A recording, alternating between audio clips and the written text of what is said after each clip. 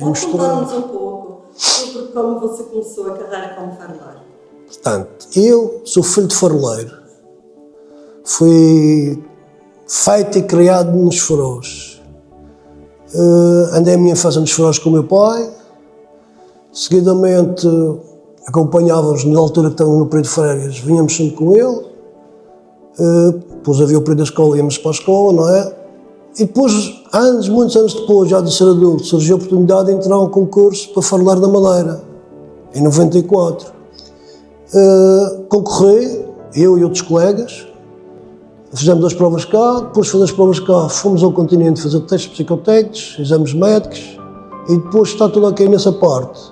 Os que conseguiram passar nessa parte foram ao curso de faroleiro, que é na Direção de Faróis em Passo de Arcos. E a partir daí fizemos o curso. Após fazermos o curso, viemos para a Madeira, nós concorremos diretamente para o quadro da Madeira, fizemos estágio nos vários faróis. Eu, no meu caso, fiz estágio no farol. Podes escolher o farol que queres? Não. É determinado por os chefes. Sim. Eu posso dizer assim, olha, tenho a opção para lá. No meu caso, foi um caso desses. Eu disse que queria ficar em São Jorge, que era mais perto. Na altura eu vivia em Mexico. E a minha ex-esposa também estava doente na altura, estava grávida, e então a outra malta toda acedeu, facilitaram-me e fiquei em São Jorge. Uns foram para São Lourenço, na Camaçal, outro foi para o Porto Santo, outro veio para cá, e a São Lourenço fui dois. E depois de fazermos os meses de estágio, já ficámos no farol que também fazia estágio. E depois foi seguir o dia-a-dia, com a guarnição que já havia nesse farol. A partir daí nós vamos nos habituando, vamos ganhando cal, como costumo dizer, e ganhando experiência e família na nossa vida normal de faroleiro. E depois há aquela parte que eu costumo dizer, o faroleiro é tipo um cigano, sempre com a casa às costas. Porque chegam 6 anos somos mudados para outro farol. Não é definitivo? Não. Chegam 6 anos mudamos para outro farol. Dentro por exemplo, quase aqui da nossa região. Estou cá, mas também posso ir para São Jorge. Há quanto tempo exerce esta função? Disse que foi a partir de 94, não? Entrei em 95, que é o que está a contar, até agora, por exemplo, há 30 anos. O que o motivou a seguir esta profissão? Portanto, o meu motivo foi o exemplo do meu pai. Cresci com o meu pai, a ver o meu pai nos faróis, a curiosidade de ver o meu pai ligar ao gerador, às vezes nós ajudávamos, éramos crianças, mas ajudávamos, então esse motivo ficou sempre cá dentro. E depois assim, eu tinha um professor em casa, que era o meu pai. Eu, ao ver a evolução que ele tinha, também queria aprender. Não pensando quando eu fosse faroleiro, mas gostava de ver, mexer e tal, e depois cresci nisto. E a pessoa a crescer ganha gosto. Eu não vou dizer, vou para o faroleiro. Não, vir para faroleiro ou qualquer profissão, temos que ter gosto para aquilo que vamos fazer. É preciso gostar, porque não é vir pelo ordenado ou por ter um trabalho seguro. Se não gostar, é meio caminho cortado para trás. Isso é muito gostado de faz. Exato. E colocar também o que fazemos é o mais importante. E quais são as principais responsabilidades de um faroleiro? Portanto, a principal, eu vou falar aqui a minha opinião, e penso que há de todos, é nunca deixar a luz apagar. A luz do farol nunca pode apagar. Temos que arranjar sempre uma maneira que a luz esteja sempre acesa, que é para auxiliar as pessoas que navegam, os navegantes. Há uma ideia que as pessoas têm, que é, mas os faróis já são automáticos, os barcos têm GPS, mas às vezes esquecem que os computadores, os GPS, tudo o que existe lá é metido pela mão humana e falha. E então eu costumo dizer a toda a gente que nos visita, e quem me faz estas perguntas é assim, o farol é a primeira coisa que o navegante quer ver e há a esperança da última coisa que pode ver, que é a salvação dele. Portanto, o farol nunca pode deixar de existir, porque a tecnologia falha. E aqui o farol tem sempre o faroleiro. E por assim, se fundiram a lâmpada, tem mais uma. Aqui temos luz, em São Jorge temos 6. Quer dizer, nunca vai poder-se apagar. A nível de estrutura, a nível de alcance também é mais pequeno. E pronto, é como eu ia dizer, as pessoas têm que gostar do que vêm fazer. Porque se não gostam, e estou aqui, custa muito tempo a passar, ando aborrecido, a pessoa está sempre a pensar em contradições. E depois já sei, quem vem para esta vida de militar, vou falar de nível geral, já sabe que a família vai ficar um pedacinho para trás. Porque muitas vezes nós saímos e a família fica em casa, ou os filhos, ou a esposa fica em casa. Não nos pode acompanhar porque é assim, a minha esposa trabalha. Eu venho de Machico ou do Conice para aqui. Ela pode tentar fazer uma transferência para aqui, mas daqui a 4 anos talvez, eu vou-se mudar, tenho que fazer nova transferência. Os filhos são habituados nesta escola, de repente têm que se mudar porque o pai também vai mudar. E então, atualmente as pessoas optam por ou trazer a família consigo sempre, ou ficar a família naquele lado e nós fazemos aqui o nosso serviço. É por isso que eu digo que muita gente às vezes desiste de ir para estas professores por causa desta parte familiar. É preciso gostar. Sim, exatamente. Isto é uma responsabilidade que a pessoa não pode dizer, eu vou embora para casa porque tenho um filho doente. Não se pode fazer isso. Como é que é, ou era, um dia típico de trabalho no farol? O que é que costuma fazer durante o dia? Portanto, no farol é assim. O farol desliga de manhã. A seguir de desligar, fazemos as limpezas normais, que é varrer, pôr as coisas aí organizadas. No caso deste farol, atualmente, tem que vir abrir a parte da exposição, tem uma exposição permanente dos faróis da Madeira. Abre-se a exposição, estamos aqui, recebemos os nossos convidados, vamos chamar assim, as pessoas que nos visitam, tentamos explicar da melhor maneira. À noite, antes do sol, quando o sol está-se a pôr, tiramos as cortinas, porque este farol tem cortinas, tiramos as cortinas, que é essas que protegem as lentes que temos lá em cima, tiramos as cortinas e o farol vai ligar-se. E durante a noite, estamos aqui, que está tudo mais automatizado, estamos sempre cá no farol e ligamos um alarme. Temos um quadro de alarmes, esse quadro de alarmes está aqui no nosso gabinete, mas quando nós vamos para o lado, para casa, também estamos dentro de casa, mas temos um alarme sempre ligado em casa. Se vai qualquer coisa, toca um alarme sonoro e eu venho cá ao gabinete ver, tem ali o quadro de alarmes, qual é o alarme que está a tocar. Se nós pudermos resolver nesse momento, resolvemos. Se não, temos que deixar para logo no dia a seguir resolver. Se houver um azar, não pode ser resolver, temos que mandar um aviso à navegação a dizer que o farol está inópero durante X tempo. Já enfrentou alguma emergência? Olha, eu vou... Emergência, não vou dizer que é uma emergência, mas na altura do Covid, estávamos 3 colegas cá e não se podia estar a falar um com o outro. Era por telemóvel, não se podia contactar, que foi naquele período que estava mesmo... Com esse dia ficámos os 3 presos aqui. Eu tinha a minha família cá na altura, ele também tinha a sua, e o outro rapaz que já foi embora estava sozinho cá, mas a mulher estava no continente. E era assim, e houve uma avaria de rotação, várias vezes repetitivas durante a noite. Nós arranjávamos, íamos descansar, e o alarme a tocar. Vinha eu, vinham os outros todos, mas ninguém se aproximava. E então, eu tinha que ir lá acima, e por videochamada íamos falando e tal. Olha, temos que fazer isto. Depois, no período que está resolvido, resolvemos a situação, voltava a acontecer. As coisas não estavam a correr bem e voltava a acontecer. O que fazíamos era videochamada, eu, por exemplo, depois ia descansar no outro dia, o outro vinha durante o dia, como eu estive durante a noite a ser atordoado com essas avarias, o outro vinha e ele ia tentar resolver. E depois no fim resolvemos. Bem, nós não saímos de cá, vamos nos reunir os 3, estamos protegidos, vamos reunir os 3, vamos os 3 fazer a avaria, resolver. E assim foi, resolvemos. Foi a maior coisa que nós, da minha vida profissional de faroleiro. Eu associei outras coisas, mas pronto, não foi comigo. Como é que é viver e trabalhar no farol, muitas vezes só? Olha, é preciso ter paciência, gosto e se sentir à vontade. Não se pode ser uma pessoa que... O que é que mais gosta e menos gosta nesta rotina?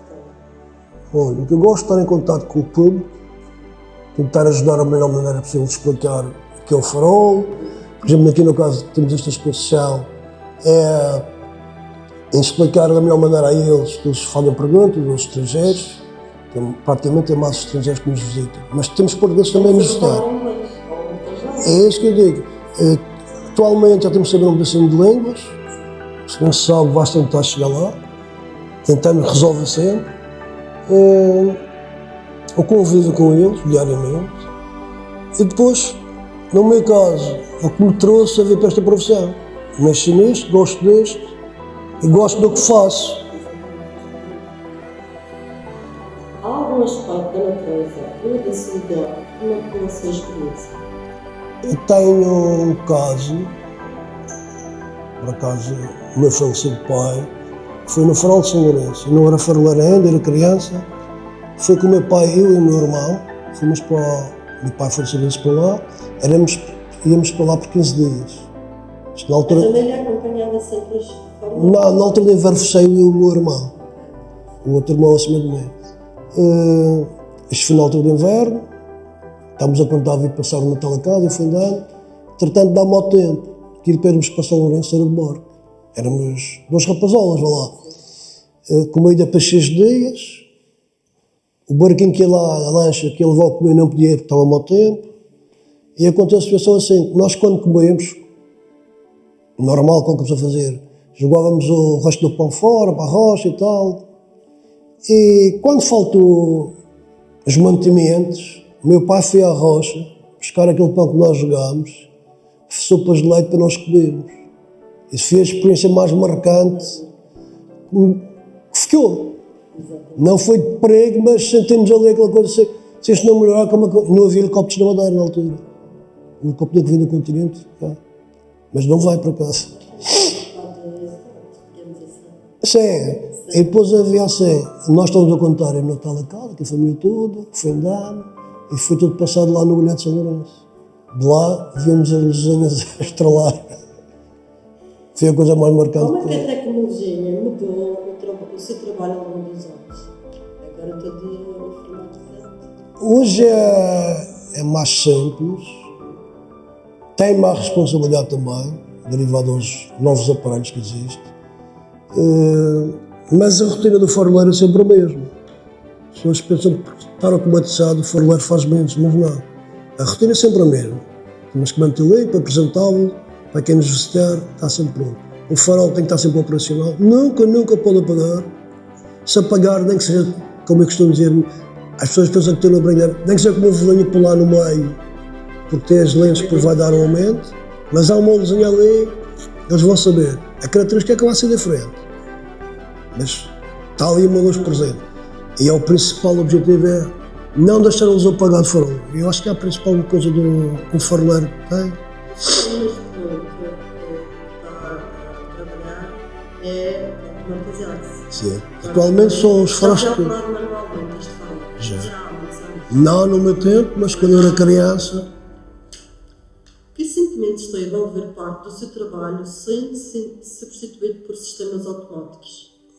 Não foi consigo que foi manualmente? Não, embora eu assistisse, não era faroleiro na altura. Sempre foi automatizado, consigo. Acha que a função de faroleiro está desaparecendo? Isso é uma pergunta difícil de responder, mas eu vou falar por mim. Nunca vai desaparecer. Digo que não, porque assim, o farol é sempre preciso.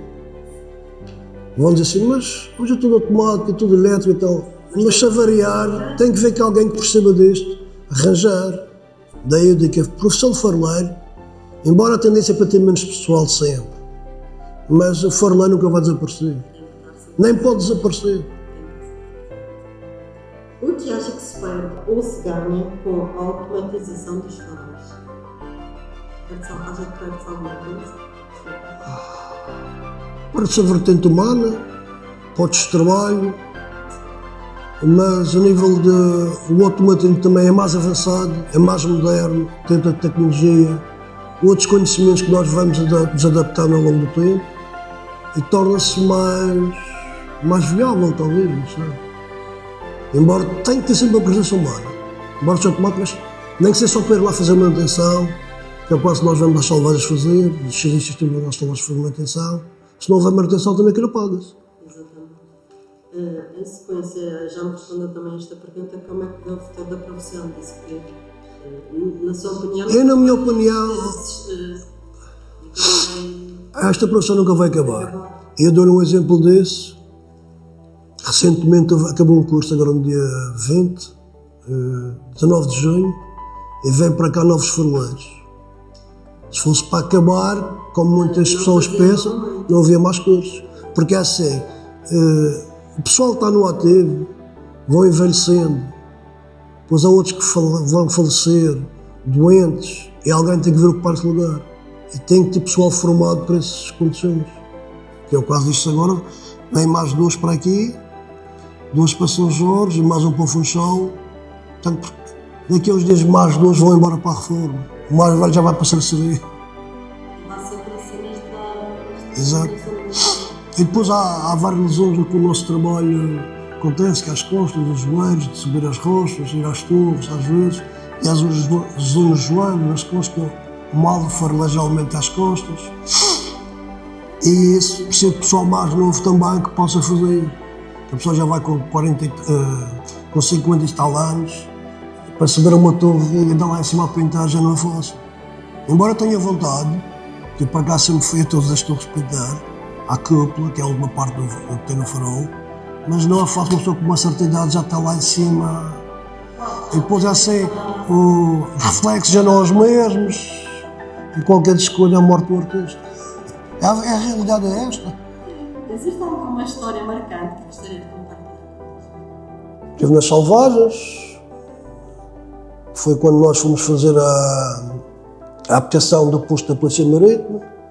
Estivemos lá na construção daquilo, na montagem de tudo o que existe lá agora. Havia água, não havia água potável, agora já existe uma dessinalizadora, água salgada para água doce, que foi quando estivemos lá, fizemos esse programa todo, painéis solares, internet, televisão. Internet é muito importante. Agora estamos lá como se estivéssemos cá. Exatamente. Embora estejamos longe, mas temos tudo à mão. Com uns anos atrás não havia. Eu estive lá 6 meses, talvez, não de seguido. 1 mês, 2 meses, 3 meses, 3 meses e meio, em várias... Quer dizer, e não é fácil a pessoa estar num lugar isolado este tempo todo. Houve alguns colegas nossos que começaram a passar da cabeça, outros com saudades da família. Houve vários acontecimentos lá também que a família adoeceu e a pessoa estava lá, queria ir ajudar, mas não se pode, não temos barco para sair. O barco chega de lá 6 tempo de levar mantimentos, mas nós não saímos de lá, nós ficávamos. Foi uma situação, pronto, marcante, mas hoje dá para rir, é como quem vai à tropa. Quando se vai para a tropa e tal, estragou a minha vida, eu podia estar no estrangeiro, mas depois de passar o tempo da tropa nós contamos a história. Eu gostava de voltar lá. E é a mesma situação que aqui. Que tipo de legado acredita que os faroleiros deixam para a sociedade? Olha, eu lembro que antigamente, quando o faroleiro passava, as pessoas, quando disse o faroleiro, tiravam o chapéu. O faroleiro estava com uma farda, era uma autoridade, e continua a ser uma autoridade. Hoje, as maneiras estão diferentes, é como eles costumam dizer, a malta mais nova, eu estou para aqui, estou para lá, já não há aquele respeito, até em casa se vê, em vez de chamarem mãe, é tu. E, por exemplo, e com a gente também, mas há sempre pessoas que temos sempre no respeito, com a população de cá e quem nos visita, há sempre aquele respeito. Estamos fardados, somos uma autoridade aqui, nós é que mandamos aqui, mas não é mandar como quem diz, tens que fazer ou que fazer. Não, nós cuidamos disto, tentamos pôr isto o melhor possível, falar com as pessoas e as pessoas também nos respeitam por isso.